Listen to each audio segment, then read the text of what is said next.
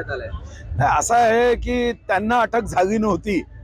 त्यांनी तेव्हा आणीबाणीमध्ये स्वर्गीय इंदिरा गांधींचं कौतुक करून जेलवारी स्वतःची वाचवली आणि म्हणून आता त्यांच्याकडे मजबुरी आहे। शिवसेनेची तेव्हाची भूमिका ही स्वतःची चमडी वाचवणारी होती आणि म्हणून आज आणीबाणीचं समर्थन करावं लागतं।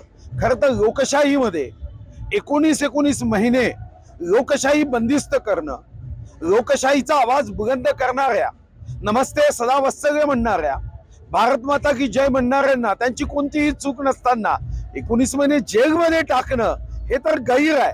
याचं समर्थन करणं म्हणजे स्वतःचं भविष्य अंधकारमय करण्याचा हा एक प्रयत्न आहे।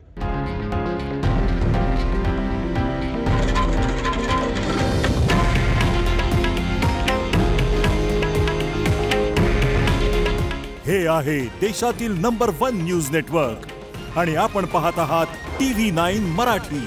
काळजी तुमची, हित महाराष्ट्राचं।